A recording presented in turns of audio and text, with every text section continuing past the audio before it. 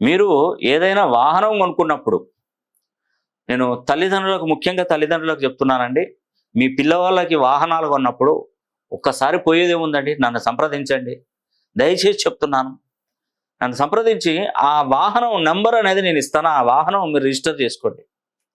ఆ వాహనం number register office వాళ్ళే ఇస్తారంటే వాళ్ళు ఒక 1000 రూపీస్ ఎంతో 2500 1000 కడితే కొన్ని నంబర్లు ఇస్తారు. ఆ నంబర్లు చక్కగా నాకు పంపించండి. మీ పిల్లోడి డేట్ ఆఫ్ బర్త్ పంపించండి. నేను చూస్తాను. యూనివర్సల్ నంబర్ వెతుకుతాను, ఇస్తాను. దీంట్లో పెద్దగా ఇబ్బంది ఏమున్నదండి. మనం ఒక బండి, బైకో, టూ వీలరో, ఫోర్ వీలరో కొంటే 10,000 20,000 30,000 పెట్టి ఫ్రెండ్స్కు పార్టీ ఇస్తాం. అంతకంటే నష్టమా అండి నంబరు? కానీ ఆలోచించట్లేదు. ఏమున్నదిలే గా నంబర్లో అనుకుంటా. అదే ఉంది, నంబర్లో ఉంది, అదే ఉంది. మనం కూర్చుంటే 4, 5,000 10,000 20, 30,000 ఇష్టం ఉన్నట్టు ఖర్చు పెడతారు బండి కొన్నారంటే. కానీ మనల్ని సేఫ్ సైడ్లో తీసుకొచ్చేట్టు వాహనం నంబర్ అనేది మనకు కలిసి వచ్చే విధంగా ఉండకపోతే మీరు ఎంత పార్టీలు ఇస్తే ఏంది?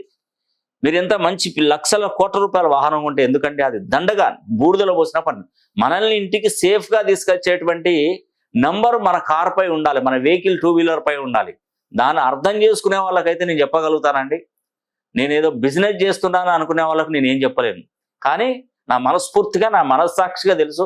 నంబర్ యొక్క ప్రాముఖ్యత నాకు తెలుసు. ఆ నంబర్ మీ వెహికల్ మీద ఉంటే మీకు మంచి జరుగుతుంది.